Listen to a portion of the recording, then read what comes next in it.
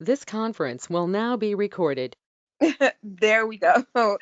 So, hi everybody.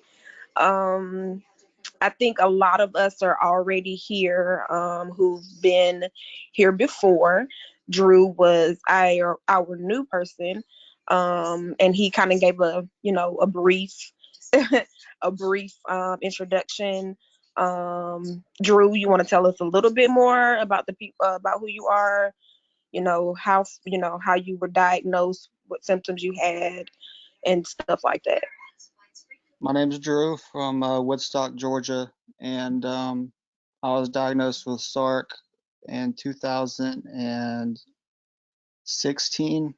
Um, I was having kidney stones, and I went to the doctor, and they found out something was in my lungs. And when I was there for the kidney stone, so I went to get X-rays and all the testing done, and had a biopsy, and then after the biopsy, they told me I had Sarc. And then they put me on some prednisone, which I really haven't really been taking since then because I don't think I had any symptoms to take it. So they put me on 30 milligram prednisone at first, and uh, and I really haven't been taking any prednisone because I really haven't felt like I needed it. I don't really know how to take it, I guess.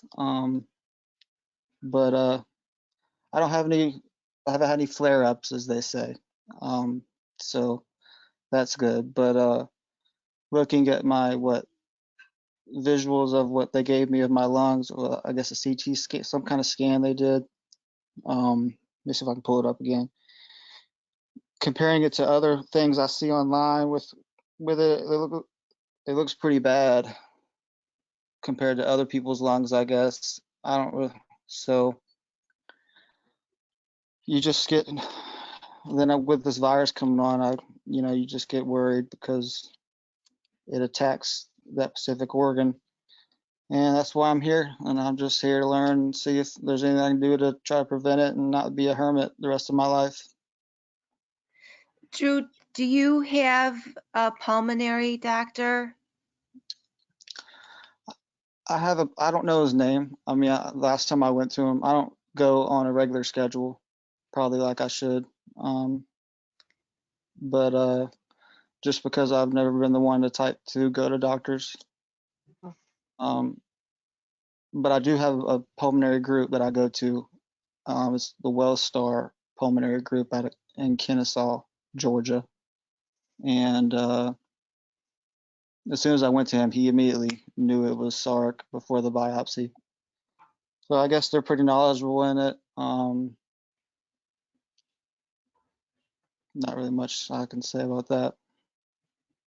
So, do you have a support system? Because with our disease, it's number one thing is having support. My support system is, well, I'm a warrior now. I have all the shirts and hoodies. I went online and bought some Sarcoidosis warrior hoodies and shirts, so that was cool, I thought. And my support system really is just, I mean, the Facebook groups I'm in, I always look at that.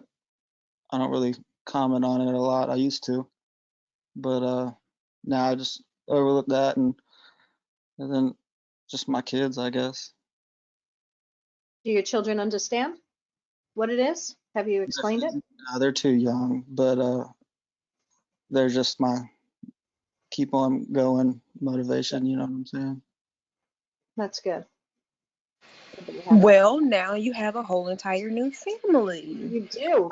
I tell anybody, when I signed on to be an ambassador, and an advocate, I wasn't just signing on for FSR themselves. I was signing on for everybody who's affected by this illness. And I just told somebody today, she's literally deathly afraid that because her immune system is low, she's gonna catch coronavirus and she's gonna die. Like that's exactly how she said it to me in my inbox.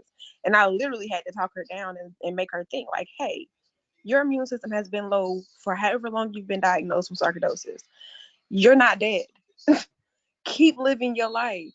And Drew, don't become a hermit. Part of my elevator speech and part of my story is that I didn't really understand what living life was until after I was diagnosed. So you have to make up in your mind that just because I was diagnosed with an illness doesn't mean my life is completely over. Right. You may have limitations and you may have things that you have to do differently, but you can still do them. You And don't Chelsea, have to you don't have to stop living your life just because you have a new way of life. Most and definitely. Yeah, and the on that note, Chasta, I think maybe could you start with introducing yourself and how long Absolutely. and give a little bit of, I know that Drew already did, but he needs to get to know his new family because, we didn't know each other. I just met Barbara, I think, maybe a month ago. Wendy, maybe 2, 3 weeks ago. Shasta, yeah, for a couple of years now because we did things. There's so much to do. Don't worry, we'll pull you in, and we got you. So Yep, Shasta, absolutely. you go. So I'm Chasta Posey. I live in Greenville, South Carolina. So I'm not that far from you, Drew. I was diagnosed when I was 18 years old. I was diagnosed 3 months before my 19th birthday. So imagine being in college, living a full life, and then boom. And Frank said he doesn't know us guys, but he knows everybody. But I was diagnosed 15 years ago. Exactly this year. This year is 15 years. And I was diagnosed in my kidneys when they first found it. A place they had, and from my understanding, my doctor said he hadn't diagnosed anybody in the kidneys with sarcoidosis ever. And that was 15 years ago. And he was very well versed in what sarcoidosis was then. And so now we've made a whole lot more advances. Who knows who else has been diagnosed in their kidneys? I was experiencing kidney failure. I was in the middle of kidney failure when I was diagnosed. And I decided at the age of 18, me being the spicy chick that I am, that I wasn't going to go on dialysis. I was on spicy. 60 milligrams of prednisone a day. So imagine gaining 150 pounds within a matter of months. Mm. So I can understand your sentiment when you say prednisone who? Yeah, prednisone who. It was my best friend, 60 milligrams a day. So they first found it in my kidneys. I have it in every place in my body. Two places I don't have it, my heart and my liver. Because my Thank heart is, you. I tell people, my heart is pure and my liver loves wine. So those are the two places that I don't have it.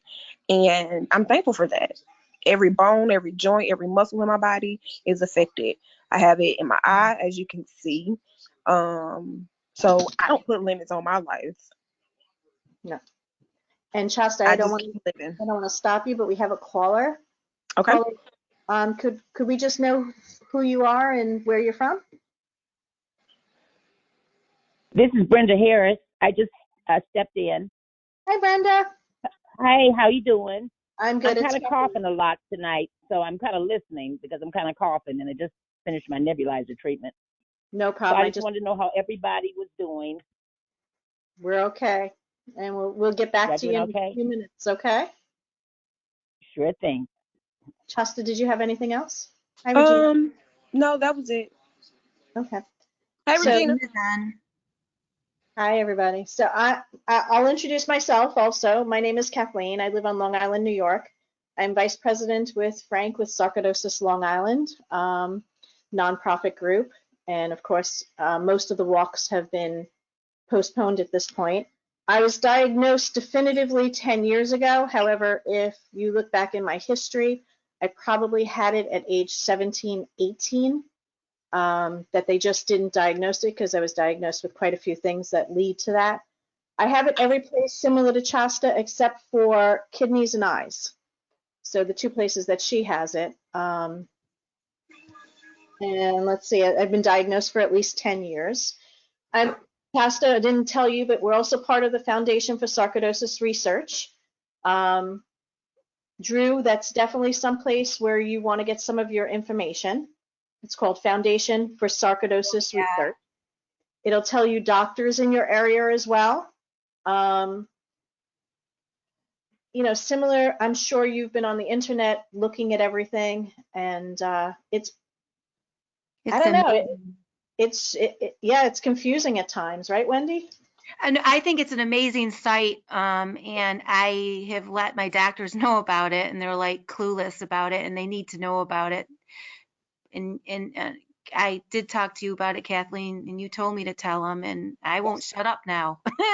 No, especially if It it's a has doctor so that you much like. informative stuff that, studies are doing, and,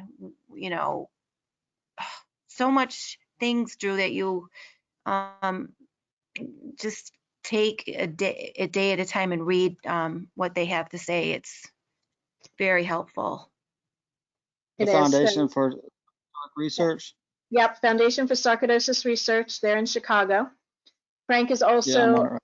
we have many of us that are ambassadors. Regina Frank is just Frank put up a link in the chat. right. I don't know if you can see in the chat, but he has the link up for you in case you needed that. There she is again. So anyway, I'd like to go on. Wendy, you want to introduce yourself? Sure. I was on the site my first time a couple weeks ago, and I enjoyed it. I got to hear a lot of people talking that aren't on the site today. I think one of them got in a car accident. I'm so sorry about that. And the leader is very ill right now, but he is listening to us. But I actually reached out to them, Drew, and I got a lot of help from a lot of people on here that I really needed, that I was not getting at all from the medical community. Okay, perfect, Wendy. Barbara, hi. You want to Hello? say hi? How Yep. long you been introduce yourself? Yeah, I'm Barbara, and I'm from Central Iowa, just north of Des Moines. I was diagnosed on my birthday last year in May, but I'm, as probably most people who have sarcoidosis, I'm sure I've had it a lot longer. Like Drew, I'm not somebody that would go to the doctor all the time. I always say my mom was a nurse, so she didn't believe in doctors. But now I go to the doctor quite frequently because I've got my primary pulmonologist, cardiologist. The only one I don't have yet is a rheumatologist. Um, what else was I going to say?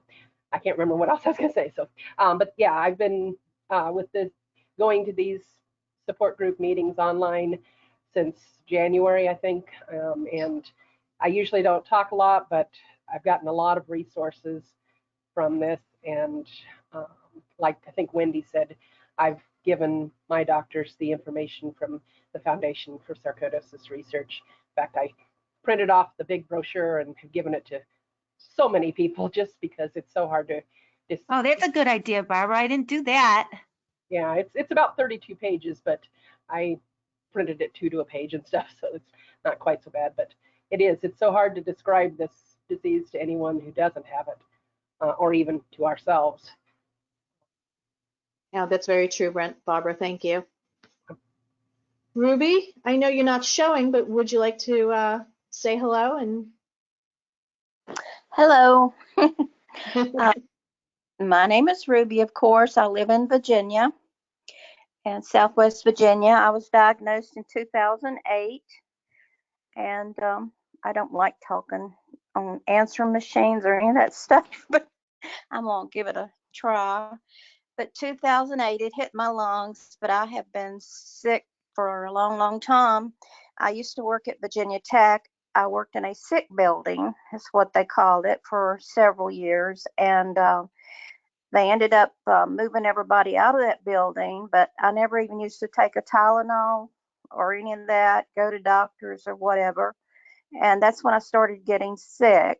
It hit my lungs, and with huge lymph nodes in my lungs. I could not breathe for a long time. I sought out help to put me on large doses of prednisone, and I finally got better after 2 or 3 years, but I was just very fatigued and just felt sick all the time. But during that time also, I was in denial. I did not want to have this disease. I just, you try to just, hope it goes away or whatever. And if you ignore it, maybe it'll just go away. But I couldn't at first. But I have since then had to go back for treatment. It's hit my eyes, it's in my muscles and lungs, of course, and they're checking out my heart. It's in my stomach. It's affected them and my bowels and all over. And this is someone who never even took a Tylenol. I didn't hate meds, but now I've got like a 3-page list of meds, including my infusions. I've just been approved to get home infusions, which they put me back on Remicade. So this virus really concerns me right now because I'm on Remicade, and that really lowers your immune system. Some people say that their doctors recommend it and that it will actually help you, but I don't know. When it lowers your immune system like that, I kind of have my doubts. What do you guys think about that? I think that you should get takeout. I think you should get the pharmacy to bring stuff in. I don't think you should go out unless you're out walking alone with nobody around you, and Mhm. stay safe from the virus because it's there and it's very powerful. And you can, get online, talk to people. I've already, I talk to Kathleen almost every day now. I'm so glad I have her as a friend, Yes, but because we're stuck inside a lot, but we're not stuck. We're kind of um, making friends that we can, have for a long time because we're all going to beat this together. Right. And I well, think I love being around people. I was a social butterfly, and I'm sure some of you guys were too. I mean, I just loved being around people, but since this has really, hit me like it has, I've kind of withdrawn a whole lot, and I faced depression a lot, and it can really work on you mentally. So you got to stay ahead of that.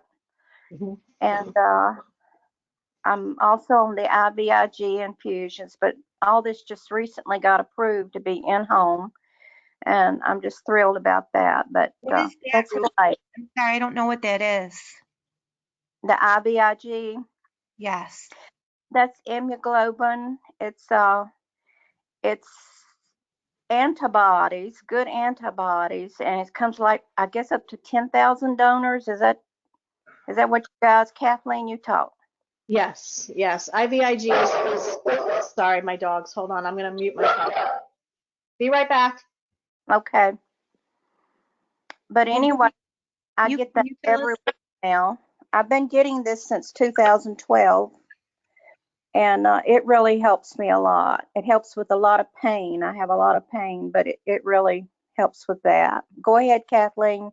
Yeah, sorry about that. Hi, Mary.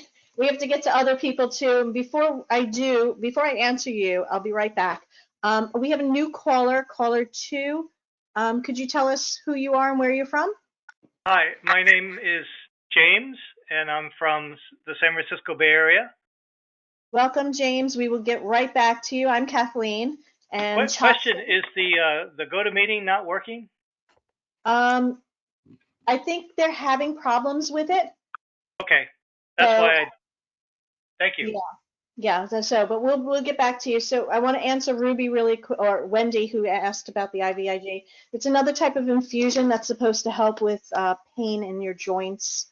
Most of us, if you look at our lymph nodes, we all have it in the lymph nodes. Once you have it in the lymph nodes, it's traveling throughout your body. There's no way of cleansing a lymph node. So it's just, it's more of a pain relief type thing. Unfortunately, it's through infusion. I was just okayed for Remicade. I'm not ready to start that though yet. I'm worried in this kind of environment going anywhere and getting an IV done. So call me crazy. But I do want to say hello to some other people. Miss Regina, are you still there, or did you go out and have something to eat? So Kathleen, I just want to. So you did do that, and it helps you with your pain.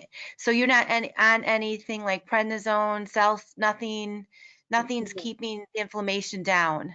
No, I do indica at night, but I don't do What anything is else that? this time. So that's the only thing that I'm doing. I only do. Is it your choice?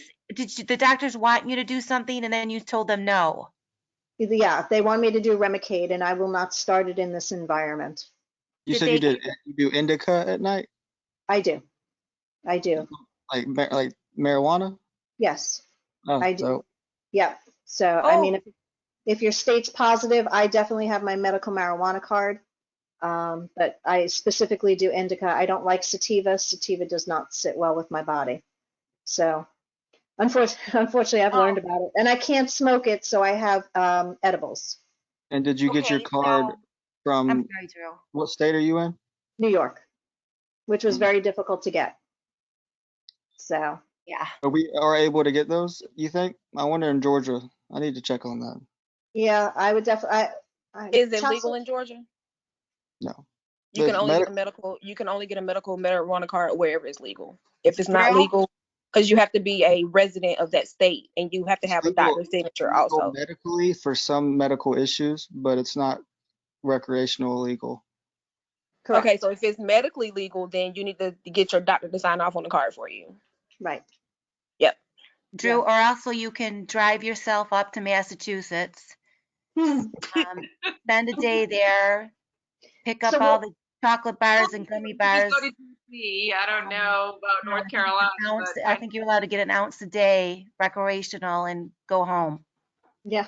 So we'll all meet in Massachusetts when this is all over, okay? We'll have a party.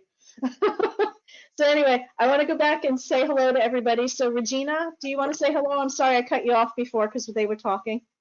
Are you there? Oh, there she I'm is. here. I just got home from work, so I was trying to get me some dinner. I'm hungry. I figured. I just wanted you to be able to say hello. We have some new people here. Hi, Norman. I see him as well. So Hello. you want to tell them how, a little bit about yourself and Regina, and I have had sarcoid since 1994. I have it in my lungs, my lymph nodes, my skin. I'm pretty sure I have it in my neuro because now I am on Remicade, and let me tell you, it is my drug of choice right now. Oh, If it wasn't good. for Remicade, I probably wouldn't be walking around right now because I Is was it having a Regina lot or of difficulty. Regina? Yeah, Are you Regina or Regina? Regina. Regina, okay. That's Yes, awesome. yes. What does I still have a Remicade lot do? of pain and stiffness, but I'm okay. And yeah, I get my infusions every 4 weeks. I still work full time. And thank the good Lord, I just got approved to work home for the next 3 weeks. Oh, awesome. that's good. Because last time you were talking about how much you're working. Yeah, I work a lot. And so we did a trial run on Tuesday. And actually, I just realized how much work I actually do at work. And what I did here on Tuesday, I know I'm going to be busy for the next 3 weeks. And then putting everything online, workshops, trainings, all that stuff. Let me tell you. Well, I look up to you because I've got neuro and it's really, really hard for me I had to leave my job. I'm getting to that point. But what I'm trying to do before I leave my job, I got bills to pay. And also I'm trying to make sure I get a PET scan. I want to know where all my sarcoid is. I want to have all my paperwork, all that in order. So when I decide need to be on disability, I won't have any issues. So, and I'm working on that kind of stuff now. Yeah, me too. But let me tell you, that disability stuff is, I don't know. I mean, the doctors told me right away that I should go on disability, and I tried and I got rejected. So it was just like, It's also easier with the disability thing. If your doctors do a lot of that paperwork for you, then you won't have so much to do. So If you can get your doctors to do majority of that work, it'll be a whole lot easier. Did And they if tell you you? Yeah, don't, you know what? And that was not done. and when Wendy, if you need a disability lawyer, Frank has got a good one. Thank you. Okay, so we'll definitely keep up. So thank you, Regina. Did you have anything else to add, or should we move on? You can go ahead and move on. I'm gonna disappear, but I'll still be on. I gotta eat and take my meds. I Okay, just have Regina, one we'll talk to you soon. question, Regina. That Remicade you're taking, I was reading, does it make you tired? The Remicade? Yeah. Yes, I am like exhausted every day, and it doesn't help too when I'm working all day long because I usually just come home and I'm a bum. But after I get my Remicade infusion, I usually get it on a Friday evening. Right at Friday afternoon. I work half days on Fridays when I do it. I'm down for like 2 days, and by that Monday or Tuesday, I feel a little better. I feel pretty great until about the week that my infusion is due, and I start having trouble. So I do walk with a cane from time to time. I can tell that it's getting ready to be that time where I'll need my cane to walk with. But you know, it is what it is. But it is my drug of choice. Was I'm telling you, you know, there's days where I want to cry because I know the last 2 years I could barely get out of my bed. I can barely walk. My muscles are stiff, and to top that off too, I also have fibromyalgia, which is, you know. So I just take it one day at a time, one grain of salt at a time, and just keep on pushing and moving. And I think Mary can attest to that. And at the Rare Disease Conference, You were an amazing trooper. I swear, I could not believe how much you were, and I could tell you were pushing through, but you were amazing. And I don't know if anybody saw the follow-up little video that they made for Rare Disease Week because Regina is a celebrity. He's our star. She was so good. She was Yep. awesome. I Agreed. just that right there was like truly amazing. If you've never been to a rare disease conference before, you gotta at least try it at least one time. It was like amazing, and every time I turned around, the camera was like in my face. I'm like, really? I am not that photogenic, but Yes, you are. Yes, you are. Thank you, Mary. Yeah. And on that note, Mary, would you like to introduce yourself since you're already there all fluffed up? I know, I'm like all sweaty and I forget that you guys can see me. I got my Ah, you line. look great. Come on now. Okay. I'm Mary Morlino, and I got diagnosed 2014. I have it mostly cardiac. I have a pacemaker defibrillator because of the sarcoidosis in my heart. I also work for the Every Life Foundation for Rare Diseases, and so that's why I got a little inside track on what's going on because I'm big on the advocating. So if anybody's interested in that, I'll definitely have things going, and I don't want to take up the time with advocacy, but I do want to say I sent out a thing to some people about Representative Josh Gottheim wants to support us in any way. Mary, I'm sorry you got muffled for a while. I couldn't hear you. That's okay. Okay. So there's a representative from New Jersey whose mother passed away from sarcoidosis, and he really wants to help us to do anything we want to do. He wants to support us, and he's a big champion, which is a great person to have, you know, for any type of, you know, support that we want to have and anything we want to try to do. He's willing to, you know, back us and be supportive. So I'll be working that angle while I'm at work. When I'm at work, I'm doing my thing. I work in patient engagement, but I also slip on my sarcoidosis hat with whatever I'm doing, and I'm finding out what's best for us. Good job. So there was a link on, the page about, contacting your representative. I did do that, but I did not hear back, maybe because of all this crisis that's going on right now. Maybe, or maybe it'll take a while. But sometimes it takes them a while to get back to you. But if they don't get back to you, I would totally follow up again and be like, okay, listen to me. I'm your constituent and this is what I care about. So, and I'll continue to post stuff about advocacy and calling your representative and informing you guys what would be important for that. But I know that there's like many aspects of this, and this group is about, let's talk about what people need and the information. But any questions about advocacy, legislation, policy, or if you need anything that you think you might need, contact me, and that's I can help with that. Thank you, Mary. Oh, and I live in Maryland, but I'm from Boston, and I used to live in New Jersey. I just have this really. I wish we could have this every day because I have so many things I have to ask. I have been trying to have my I've been having the sarcoid issues for like 8 years, and nobody was helping me.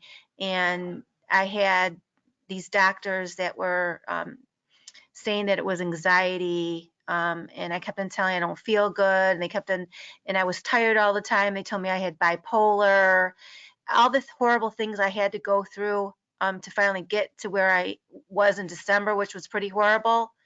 The doctors that I had my exit interview with him last week, and he says, he goes, "How are you?" I said, "Can I have a handicap sticker because I need one because I have a cane now." "Oh, what's wrong with you?" I mean, Yeah. what I'm trying to say is I'm female, I understand, and I know he's a male, but I get this. Both doctors that were doing this to me through the years, I felt like they were making a profit off of me. They weren't listening to me, and I wish that I kept on telling them over there, I'm in so much pain because, I have neurosarcoid. It's in my spine. I have a huge lesion engulfing my spine. I'm in pain. And all they would look at is, oh, you have anxiety, and then finally, when I was in the hospital, this group of students from the U of R came by and said, "Ma'am, I was in emergency for 3 days waiting because it was so flooded with people. You're not breathing right. Do you have sarcoid?" Okay. Yeah. I'm just saying all those years, I didn't even know that I had sarcoid in my freaking lungs. It was my back that was bothering me. It was my dizziness. It was my tiredness. Mm-hmm. Yeah. Sadly, I think My swelling all over my body. Yeah, I think, unfortunately, I think every single one of us could probably say that we were misdiagnosed or we were just foo-fooed along, complaining female, complaining male. Doesn't make a difference. I don't think all the doctors listen to us on a continual basis. So you're not alone. That's one of our mottos now, right, guys? You're not alone. So anyway, if you don't mind, Mary, I'm going to move on. Or did you have anything else to say? Well, I was just going to suggest to Wendy that you said you had a ton of questions and you could ask a million things. My suggestion is write a list. Correct. Make a list of those, and then each time you could bring some up, and hopefully through the discussion with other people, you might get some of your questions answered. Thank you. Right, and that's why the group is here, Wendy, and everybody else, Drew, Norman, I see Brenda and James. We're here to help each other. I mean, I know Norman is usually quiet, and I'm going to make him talk in a second, but what he's gone through or what any one of us have gone through, we're helping one another, and that's the most important aspect of this group, unless anybody disagrees on that. So Norman, would you like to unmute yourself and say hello and tell us a little bit about yourself? Can you hear me? I can. Okay. It's Norman Torren. I'm in Torrance, California, in LA County. And I've had sarcoidosis, I don't know, 10, 11 years, something like that.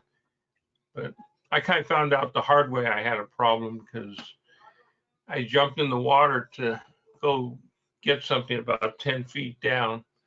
And after finding I couldn't hold my breath for about a couple feet down and coming back up, I obviously thought, well, I didn't take a good breath, and I jumped, got a good breath, started going down again, and went down a couple of feet, and it's like, what's going on here? After about 3 or 4 tries, it's like, what's going on? Because I used to be able to dive easily 8, 10 feet, hold my breath, swim back and forth in the swimming pool, just holding my breath. Never smoked, never took drugs. And yeah, sometimes I think maybe I should have. But and then after test after test, I don't think I had any bad doctors, but I think I mean, from what I eventually found out from specialists and whatnot, there was not a lot known about sarcoidosis, and I had a top specialist with Kaiser down here in the Southern California, and you know, drug after drug, but I'm on. My doctor put me back on prednisone, but I've been trying something the last couple of months, um, uh, going to the gym and using the steam room and the sauna, and actually, uh, well, the steam room maybe about 20 minutes, the sauna about 20 minutes. And what I've noticed with myself is I have not needed to use my um, um, well, I've hardly needed to use my Ventolin or my we call it, you know, for emergency spray, or my my machine. Forgot the name of it. Yeah, with my butyrol. So I told my doctor that my doctor's feeling is kind of like, well, whatever works and makes it simple. Now, obviously, the last few days, I have not been able to go to the gym because um, in California they've said close all gyms and stuff. And I kind of like feeling like yesterday I needed my inhaler again. So, and I was literally going once a day over to the 24-hour fitness and using the steam room. And what I read online about steam helping your lungs, it seems like there is a positiveness. But of course, what I learned through this uh, chat group, what some of you have said, where you have sarcoidosis in other areas of your body than your lungs. And when I got sarcoidosis, I did not know sarcoidosis was an issue in other parts of the body. My understanding, um, at least maybe because I have a lung issue, is that I thought it was just an issue with your lungs, that it's scarring on your lungs, and your immune system attacks the scarring. So it's kind of oxymoron. It doesn't get resolved because what causes the scarring, and the doctors really don't know. And I've had biopsies and CAT scans and all that stuff. But at least all I could say is, for positiveness for a lung issue, it seems like the steam helps me and reduces my need to use my inhaler or my nebulizer machine. So No, that's good to know. It might help somebody else. So thank you, Norman. yeah. So, Thank you very much. okay. If you don't mind, I'm going to try and head to somebody else. I think we have 2 more people, and then we can open it up to any questions. So if you have any questions, keep them in your head. Joyce Johnson, are you there? Yes, I'm here. Hello, welcome. Welcome to you too. Thank you. Would you like to tell us a little bit about yourself and where you're from and where the sarcoidosis is, how long, etc.? I've had sarcoidosis for, 25 years plus, and I'm in Greeley, Colorado, about 50 miles north of Denver. And we're like California, we're pretty locked down. Our governor has issued a 30-day, no more than 10 people order and all of that stuff because of the coronavirus. I live with my husband who has lung cancer, and he and I are now both going to National Jewish in Denver. Great place to go for sarcoidosis help. Well, that's good to know for anybody who's in Denver. What was it called again? Could I write it down? National Jewish Health. Got it. They are known nationwide, actually worldwide, for lung issues. Perfect. Of all sorts, but they do have a sarcoidosis clinic there with several doctors of various disciplines who specialize in sarcoidosis, although they probably all do other things too. And their sarcoidosis clinic is in their occupational medicine department. Okay. That's really good to know, though, for any patients that are near Colorado. They had a seminar in Denver in July last year, and there were people there from out of state, I believe Utah. I'm not sure where else, but other people did come and attend as groups at seminar. It was a FSR sponsored deal. Perfect. Chasta, you keep moving around. You're making me dizzy. Where'd you go now? Yeah, Chasta, how do you move around like that? I know, really. I keep watching her go different places. My eyes are going, woof. Joyce, thank you so much. I will come back to you if you have any questions. I would like to say hi to James. James, could you tell us a little bit about yourself?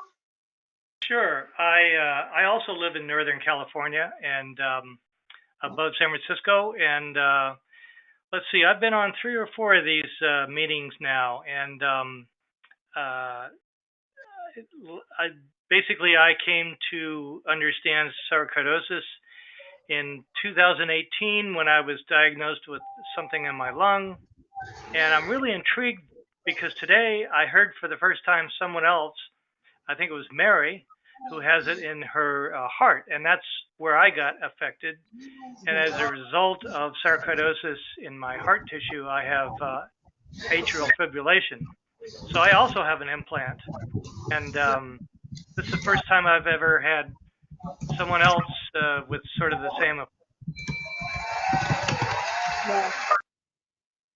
Mary, do you want to say something? Yeah, I was going to ask, is it a pacemaker and a defibrillator or just a pacemaker? It's actually just a defibrillator, but it also has, it's called a implantable cardioverter defibrillator, ICD. Yep.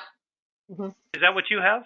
I have a biventricular pacer defibrillator. Okay. So I started off with a pacemaker before I got diagnosed. My heart just failed, and it took them 7 years to diagnose me. And when they finally diagnosed me 6 days later, they were like, "You need a defibrillator." So they upgraded it because it's with sarcoidosis. It's where I lived at the time. They were like, that was the protocol to get a defibrillator. So that's what I have, and it actually did save my life once. So I had a cardiac arrest 6 months after I got mine, and it worked. So wow, congratulations! Yeah, I'm happy about that. That makes Oh, well, you're still here. Yeah, exactly. I know. Anyway, to go on, my symptom was not a high heart rate; it was a low heart rate. It was like 37 beats per minute when I was resting, and that's way too low. Yeah. And so this device actually pulls me up to 55 consistently all the time now, 55, 60. So life is a lot more enjoyable. I'm taking prednisone. I'm about halfway through a year's taper on it. It's horrible stuff, but the theory is that if I can get the sarcoidosis off of my heart tissue, that I might be back on my own sinus rhythms again someday. So sometime when we're not Oh, I worried hope about, that works out for you. sorry. I hope that works out for you. I hope that. Yeah, thank you. I'll be brief, and that's where I'm going, and hopefully by the time this virus thing settles down, I'll have another scan and see where I'm at. Thank you. Feel free to, James, anytime, ask me any questions. You can, if you have any cardiac sarcoidosis questions, I'm happy to give you my experience. Okay, thanks, Mary. Yeah, and I hit up Mary quite often just recently in the past 2 months. Yeah. So I definitely have the loop monitor in, so that's a new thing, Yeah. Pressing the button a million times when you feel the flutter, and I'm like, are you kidding me? Boop boop boop. Nuts, but I mean, thank God for this technology because it's Otherwise, gonna help long run, but it's just so weird. Agreed. I know, but you know what? We're still here and we're still able to be with everybody, so that's the most important aspect.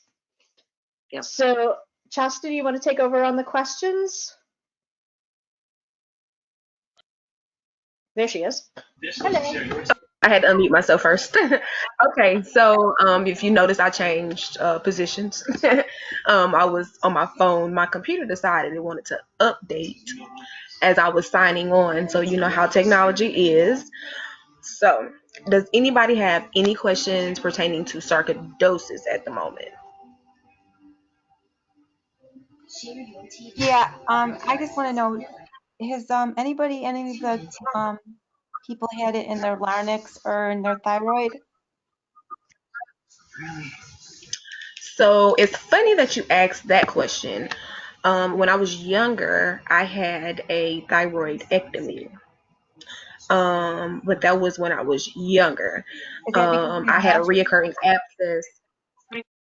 I had a reoccurring abscess on my thyroid, and if you see, I have a cut here, and it came from the reoccurring abscess where they went in and removed part of the thyroid. I can't say that it was sarcoidosis related, but sarcoidosis and that thyroidectomy are the only two major issues I've ever had in my life. So you do the math. Shasta, so you had the thyroid totally removed? No, they didn't remove the entire thyroid. They only did a partial removal. They only removed part of it. Because one side was okay, or one side wasn't, or? I think they removed the part that was infected. That was it. Thank you. Mhm.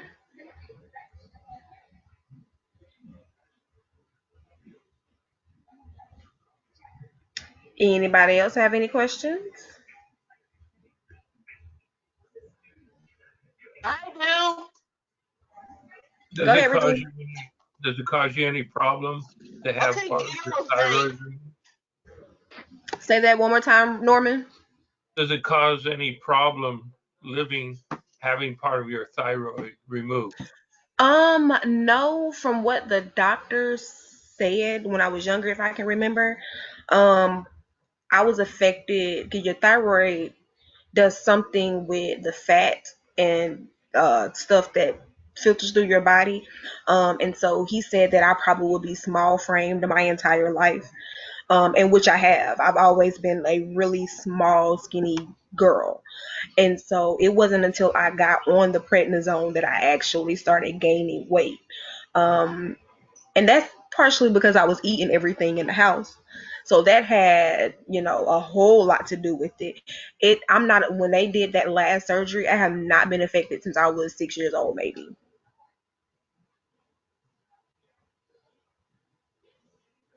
That's good. Yeah. I'm glad.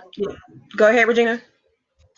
I want to know if anybody has lost their gallbladder. had their gallbladder removed? Me. This is James. I have. I have a question for you guys because I never had gallbladder issues. I never had gallstone. I never had anything. But one day I had this really bad acute pain. I mean, I could not get rid of it. So they actually did like an ultrasound, X-ray, or whatever you want to call it. And come to find out, I had to have it removed. And then when they removed it, they were like, your gallbladder was like really damaged. So have anybody had the same issue? Because I heard that gallbladders is one of the first things that gets removed when you have sarcoid. Well, I didn't have it removed due to the sarcoid, Regina. I had gallstones and I had similar attacks that you did, and then went on that specialized diet that you can only eat and drink certain things, and it didn't get rid of it, so they did take it out. I have never had another issue. Knock on wood. I'm a very similar scenario. It had nothing to. It was years ago that I had my gallbladder taken out, and that pain I will never forget. You know, doubled over in the doctor's office. It was all done arthroscopically, so it was pretty quick and easy. And I think the reading up about this, I don't know if you know what the gallbladder does, but it's for digesting fat basically, and it goes back to the days when we used to kill big animals and a lot of fat and stuff all of a sudden, and it comes to your rescue. But you can, if you watch your diet, you can live very, very well without your gallbladder. So that was my experience. Yeah, Regina, I had it out probably about 8 years ago. I was diagnosed 10 years ago, definitively diagnosed. And I asked them to check for sarcoidosis. It was so new that they never did. But similar to James, I have not had a problem, thank God. Well, I've not had a problem since it's been out, but I tell you what, I'm pretty sure it was probably due to the SARC because I was diagnosed in '94. And I'm telling you what, that was probably by far, they say what, appendix pain is terrible. I don't know anything about appendix pain, but I tell you what, gallbladder pain was horrible. Never had a gallstone a day in my life. Yeah, yeah. So I had it out. And, oh, there's Frank. He had his out too. He's reviewing to everybody. So he had it removed for sarcoidosis. I'm reading it, Frank. I'm sorry, a little slow. So Frank should get his results back possibly tomorrow. Frank? He's typing me. Hold on a second. So, but if you have a chance to get the gallbladder out, not of course in today's times right now, but I also didn't have that long of recovery. I want to say maybe a week. So, nope, Frank is still typing, I guess.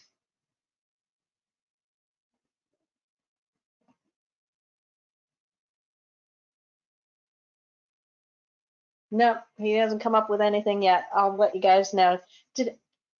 I'm sorry, Chasta, your turn. I'll go mute. Well, Frank just actually said something. Could be 3 to 4 days. So I think he was tested yesterday. So he said 3 to 4 days to find out if he has the coronavirus, because that might be what this is. And if so, then he's the first person that I knew that had it. Well, hello, Frank. Nice to see your almost face. His almost face. Please let it not be that. Oh, I hear you, Wendy. So I'm That's sorry, his almost face. I'm going quiet. So Frank just posted today that he was back on prednisone. That's our best friend. I say that very sarcastically. So let me ask this question to everybody who has done prednisone. What was your experience like, if you want to share? And I'll go first. My experience with prednisone was when I was first diagnosed. I got diagnosed and put on 60 milligrams a day. Eventually, I got tired of the mood swings. I got tired of grocery shopping and eating everything. I got tired of the prednisone messing up everything else and causing a whole bunch of other problems. So I don't suggest this, but I took myself off the first time. And the crazy thing about it is I went cold turkey. And I probably shouldn't have done that. No. But that's why I say I don't suggest anybody do that. But the second time I was on it and took myself off, I weaned myself off. So that's my experience. I gained a whole bunch of weight. So imagine my face being this big, instead of this small. So that was my experience. Well, I can tell you mine, and it was since I've had it for so many years. The first time I was on it, I was on probably about 40 milligrams a day, every day, and I got what they call the moon face. If you can touch my skin, I have it now. if you can touch my skin, it feel like it would peel off. So I did what you did, Cassidy. I got myself off of it, and yes, I went cold turkey too, because I couldn't deal with it or stand it. But last year, in 2018, something happened. I must have been in a flare. So, and I had I wind up getting and people don't believe this, but I wind up getting a green tongue. After I got a green tongue, I wind up having lesions all in my mouth, all in my gums, and everywhere. So I wind up going to get an appointment at Cleveland Clinic, and they saw what it was too, but they said they thought it was a fungus. But I'm telling you, I think it was sarcoid. So they put me on a liquid steroid, and it was like 40 milligrams twice a day. And that liquid steroid sent me to the hospital for 2 weeks. By the time March got here, when we had our training last year, I was sick then. That I was still on the medication then. And couple of weeks right after that, I wound up going to the hospital with a blood sugar of 511, A1C of Oh my 12.6. gosh. Yes, I spent 2 weeks in the hospital. So And that after was with that, your care at Cleveland Clinic. huh? And that was your care through Cleveland Clinic. Yes, from the doctor, ear, nose, throat doctor. But the medicine honestly worked. It was doing what it was supposed to do, but the problem was it didn't do me any justice because it took my blood sugars and put them out of whack. So I wind up having to be on insulin until they could get my blood sugars down. And finally, in June, my blood sugars finally came down for the A1C down to 5.6. And then at the beginning of last month, I just had it checked again, and it's finally down to where it's supposed to be at a 5.3. What happened is the doctor did a test on my pancreas to see what was going on with the pancreas. He found nothing wrong with my pancreas, so he was pretty sure, because all my doctors were shocked and surprised. He was pretty sure it was the steroid medicine that did me in last year. But I'm telling you what, I will never be on steroids ever again. I just told him nope, I can't do it. I'm not going to be on it because I don't want to be back in the hospital. Regina. Yes. Regina, I'm sorry. The thing is that I'm afraid to get off my prednisone because when I got out of the hospital and couldn't breathe, and then when they put me on the prednisone, I could breathe again. So they're trying to get me on the CellCept to get me off the prednisone, but I fear that not breathing again.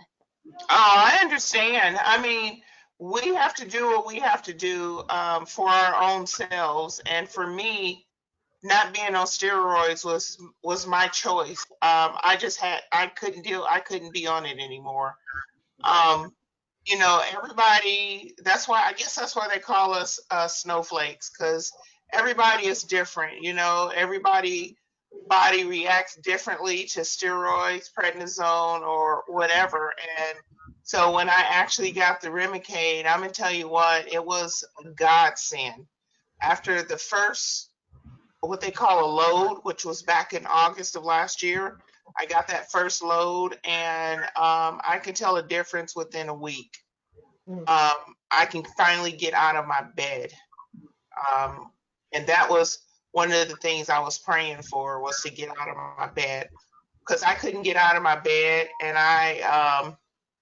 my legs were stiff. And when I did get out, I had to be careful. I had to hold on to things just to get up. Then I had to try to bend and exercise my legs just to get them warmed up so I can get moving.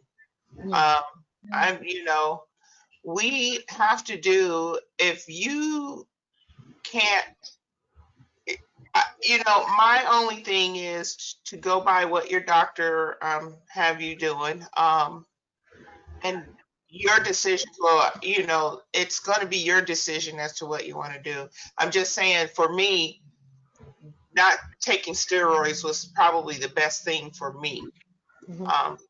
So. Well, Regina, the doctors, both my immunologist and my pulmonologist, told me that they want me off the prednisone. They're trying to taper me off of it because they know that prednisone is not good for you in the long run. Yeah, and that's So pretty much they what said that. I don't know if anybody can read the chat, but Frank put up prednisone bad, but breathing good and much needed. He's on an extended blast or until results come in, or both. So, and Mary, I think you did something with prednisone, right? Yeah, I was on prednisone for quite a while, and it was, you know, it was difficult. But I also did the Remicade, and then I ended up getting, besides the weight gain I was just so sick from everything. And I don't know whether it's just the Remicade and the prednisone beat the crap out of me. But I got the green tongue thing that you had. You did? I did. It was so weird. Did you guys take pictures? I did. What was it? My mom and my family saw it, but they couldn't believe it. I'm like, oh my gosh. I know, it's so weird. Because I got it and I was showing, and I ended up going to primary care. Green. It was somewhat of a your body's reaction, like, to the imbalance with all the meds that were in. So it was kind of like a fungus. But and she gave me something that I had to like rinse my mouth with over and over again to get it out. But it was wild. I was like, oh my God, my tongue is green. Almost sounds like a thrush type thing that you have to. Yeah. Frank says that he had a green. So Mary, you're not on it anymore? You're not on the Remicade? You're not on that medicine? I'm not on Remicade and I'm not on prednisone. I'm on methotrexate. And I seem to be tolerating that well. And my doctor's actually just upped it, which, you know, right now seems like a bad idea with all the, you know, immunosuppress, but we'll see how that goes. I was curious. I don't know. I know I came late to this, but you might have covered this, but I'm curious what level people are taking with their social distancing. I'm doing it big time. I'm ordering from Wegmans my food. My pharmacy's coming. Whoops. We got disconnected. Yeah, so for myself, I'm just kind of staying away from everybody since my heart implant anyway, Mary, as you all know, I've been staying away from everybody. So where Wendy can order from Wegmans here on Long Island, I can't get anybody to deliver. All the deliveries for the next week and a half is full, and they haven't put it up online. So BJ's, Costco, ShopRite, Stop and Shop. What about Walmart? Tried Walmart, you know, for food products, you know. What about Postmates? I didn't think about that, but I will definitely work on that one. I haven't done it. No, I have not. Do y'all have Kathleen? Do y'all have Instacart and stuff? We do have Instacart as well, and they're full too. Do y'all do? Have you considered possibly doing the whole mask thing and going to do curbside at Walmart? I have thought about it, and I tried to do curbside today for some time, even next week, and they have nothing available. Okay. No Yeah, I tried curbside Yeah. time. So it's going to get interesting. I'm okay probably for a month to 2 months if I really stretch everything out. But after that, we're going to be in a problem, and I think we're going to be in for a while, guys. I hate to tell you this all. I'm sure because Mary was like, oh yeah. Oh yeah, I'm hunkering down, and I am like, so the only thing I'm doing is I have a dog, which you probably saw earlier. I take him out about 3 times a day for a quick walk. That's it. Yep. Nothing Mary, else. are you working Frank, from home too, Mary? Oh yeah, I'm Yeah, working I from home. start on Monday. Yeah. Frank just put up that the CDC and WHO says about 18 months, guys. Yeah. Yeah, 18 months. So, and Frank, I know BJ's delivers, but I can't get on there, and they have no delivery times for me right now. So 18 months? 18 months. 18 months 18 before they have like a vaccine. Right. So I think for people like us, I mean, I don't think everyone's going to be, quarantined or at the level that we're at. What about this rush thing the president was talking about today? What? The president was talking about trying to rush the drugs through faster. Yeah. Yeah. But you can't speed the clinical trials any faster than they're already being expedited. There's only Yeah, so but that medicine, that Paraquil, whatever, it's already been used on people. So we discussed that earlier. You weren't on yet, Mary, were you? Oh, you're No. talking about the Plaquenil. The Plaquenil. The thing about it is the president can say what he wants, but that doesn't mean that it's going to happen any faster just because he says it. Right. Because Well, there's that's still a what really protocol we have to happened. follow. And the protocol that they have to follow is it has to go to a clinical trial first. That's why it's going to take a while, simply because they have to test it more than once in order to see, because just like the flu vaccine, it's not they have to do, they're doing the clinical trial for flu vaccines, whatever strain is going to happen in 2025, they're already testing it now. So you have to clinical trial, and yeah, it might expedite and it might get pushed to the front of the line. Yeah, true, but it still has a protocol that it has to go through. And so the 18 months means that's when the vaccine may not be available until. So if that means, I have to stay in the house for 18 months, I need somebody to pay some bills. Because 18 months is a long time for Right. somebody like me who has a weak immune system to be stuck in the house. I love the CDC. I love what they do. I love all these organizations and all that kind of stuff like that. But had we taken this note serious in October, November, December, then some of this could have been avoided. I'm not saying any political party on what side. Everybody's at fault. Every But that, person who's in charge is at fault, whether absolutely. they be left, right, north, south, east, or west. Everybody's at fault because we didn't take it serious enough to get something done before this got to this place. So 18 months is for the vaccine to even check to see if the vaccine works. So that it may not be ready. So if they're saying 18 months, you might as well just tack on a whole nother couple months and say it might be 2 years before we I get a mean, clean vaccine. I would also advise you not to follow necessarily the news sources or the president and what he says. Follow the CDC, the Yes, World Health Organization, NIH, FDA. They're the science behind what we need to be done. And exactly. there's no political agenda with those organizations. And there's no saving face or any of that other stuff. That you're better off going to the source for valid and current information. That's my 2 cents. right. And Exactly. Frank just put up about a CDC. He just gave everybody a link Yeah. for the coronavirus. So if anybody wants to So look, if everybody has noticed, I haven't really said much about coronavirus on Facebook at all. And that's simply because I've been doing my own research. And a lot of people are spreading false information. I'm getting inboxes of, oh, Stafford Act's about to go into place. You need to do this, you need to do that. Martial law this and martial. Listen, I have a mind. to think for myself. I have eyes to read.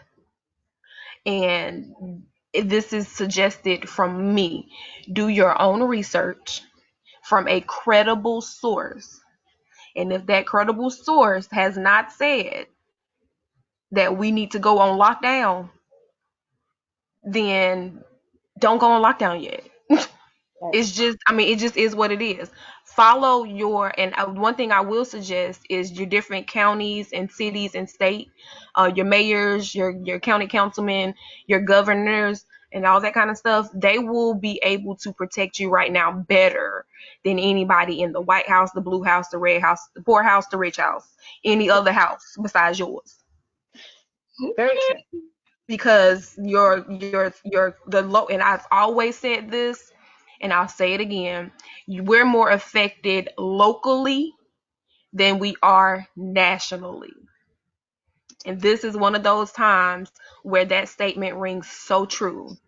Because while Atlanta, Georgia was one of the Georgia was one of the first states hit. They still have not closed down stuff, and their cases are growing daily. My city, Greenville, we're one of the biggest cities in the state of South Carolina. We only have 6 confirmed. Only 6 confirmed in my state, and we're one of the largest cities, period. And we have an international border down in Charleston, South Carolina. So we have international stuff that can come in and out at any given moment. But because my governor has put the crackdown on a lot of stuff, I believe that we have a handle on what can and cannot happen when it comes to this virus in the state of South Carolina. He shut it down, period. We can't go Glad you don't anywhere. have spring break there. Right. Exactly. Exactly. So, our colleges have already canceled graduation, and that's not till May. Our colleges have already said, hey, y'all not coming back for school at all. So go ahead. If you left stuff here, you might need to come and get it, pack it up, and take it home. So my state governor has already said a lot. So in this situation, I think a lot of the things that you need to pay attention to more so locally instead of nationally. Because grocery stores, pay attention to all those things. Everything that's happening locally is going to affect us quicker than anything nationally. Sorry, that was my soapbox moment. I'm glad you did it. Good job. We don't have enough, wait a minute, Chasta, though. What's really upsetting to me is in New York, we don't have enough respirators. We don't have enough testing facility. We have to go all the way to Buffalo from Rochester to get tested. We're having people dying. They're sending them home because they don't have a way to test them. This is Yeah. sickening. And the thing about that too is also, because a lot of our hospitals are and our doctor's offices are doing curbside doctor's appointments and stuff now. So I was looking on the news today and on Facebook, and a couple of our pediatricians are having to do curbside doctor's appointments for these kids because they don't want the kids to come inside. They have to keep it healthy for kids and stuff like that. And so it's just one of those things. Nobody really, and I was fussing about this earlier on the phone. You can test a whole entire NBA team, but you can't get testing and stuff out to local hospitals, major chain hospitals.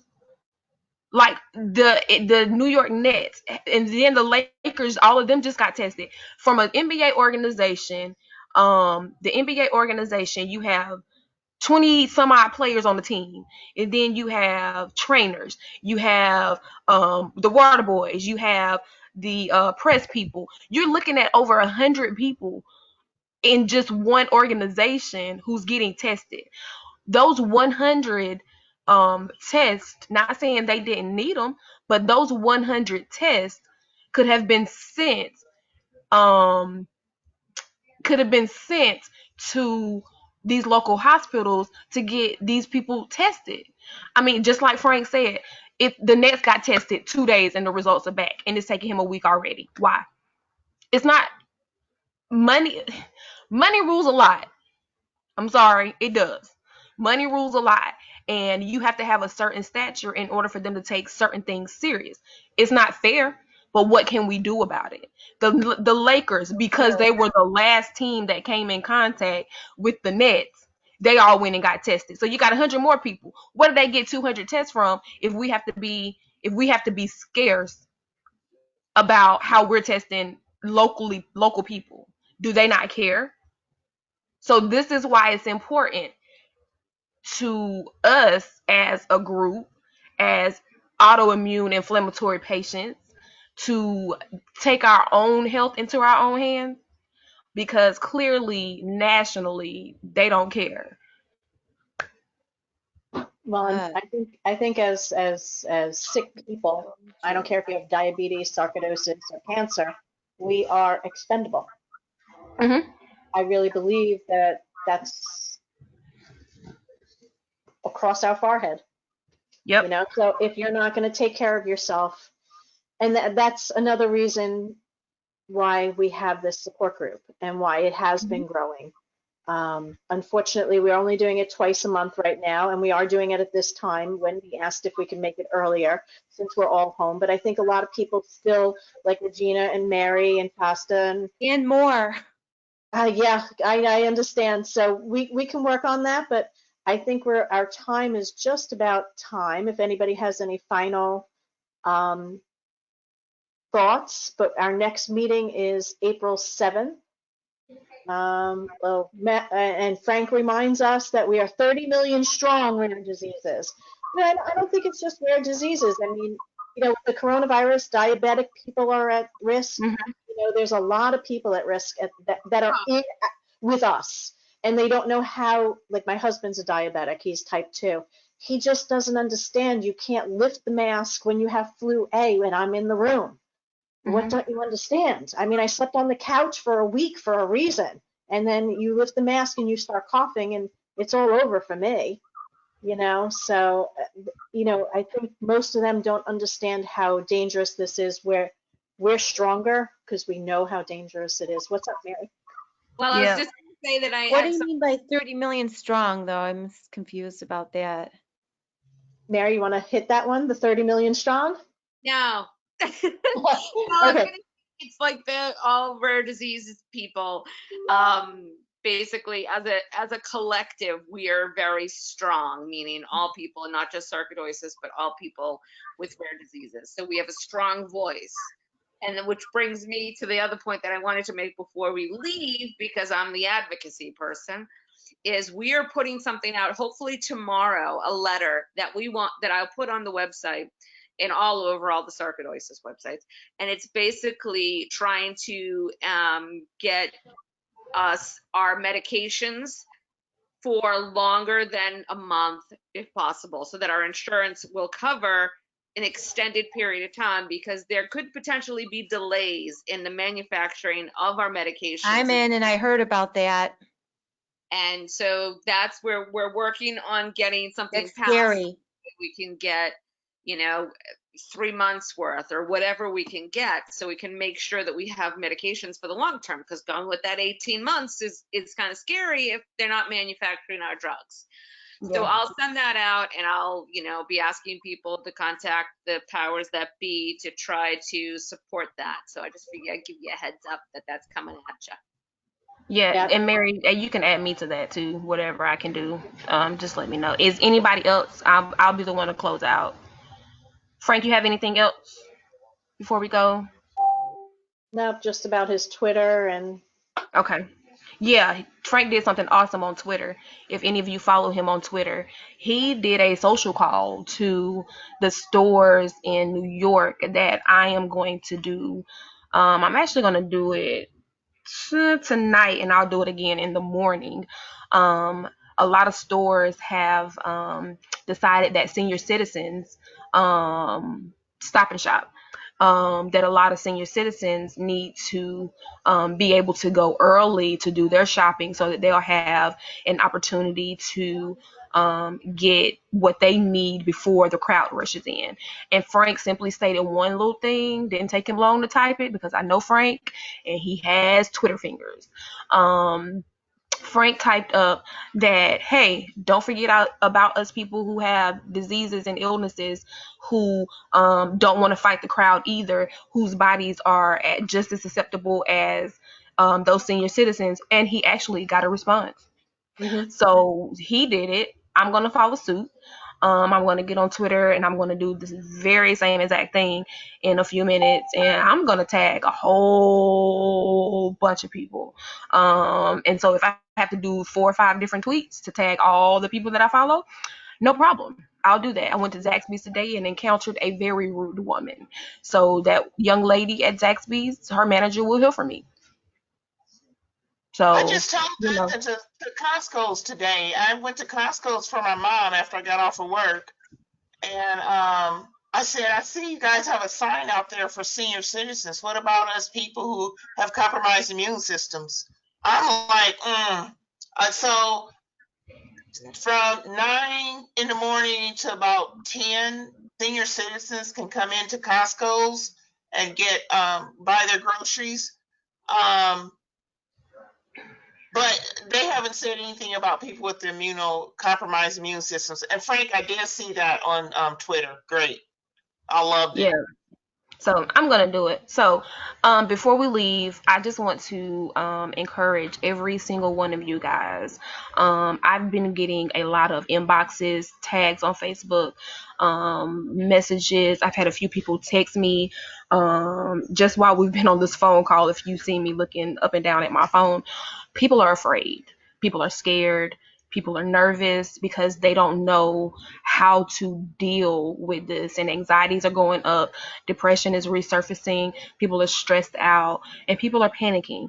So if you can just encourage one person a day, even if you just make a post, hey, you're a warrior, you've been fighting sarcoidosis all this time, you got this in the bag. Yes, use precaution because we're not going to take this lightly, but at the same time, I've been fighting sarcoidosis for 15 years. My immune system has been compromised for 15 years. And I made a joke to somebody in the store the other day, corona might die when it meets sarcoidosis. So you just never know. Yes. So, I'm not saying find the humor, but find a reason to smile through it all. You We're should see stuck at your home. face when you say it, though. Find a reason to smile. Read a book. Find new music. Laughter. Yes, Watch Little laughter. Tomlin shows. All of that. So while we're stuck in the house, become creative. Yeah, Frank has a great book. So get Frank's book, and I'm gonna talk to Frank about putting that on audio book so he can read it to me. The name of And it. like this. I So forgot. find something creative to do. Everybody's on Netflix. Find a new series on Netflix to watch, and all those kind of things. Catch up on a TV show you haven't watched in a while. The There are so many association TV gotta shows buy that I'm those gonna books catch up and on. sell them because I can't stand Saints Amazon. and Sinners. I've never seen it, and I'm like, oh my gosh, what a Right. show.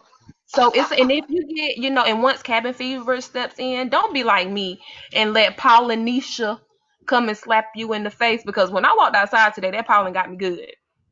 It got me really, really good. So yeah, I just want to encourage you all, just stay the course. You're a warrior for a reason, and if anybody, we need to make the people in the outside world nervous. Oh, she's not nervous at all. No, we've been doing this. We've been fighting. We've been fighting for our lives for this long. Come on, Corona, let's go ahead and knock this one out the box.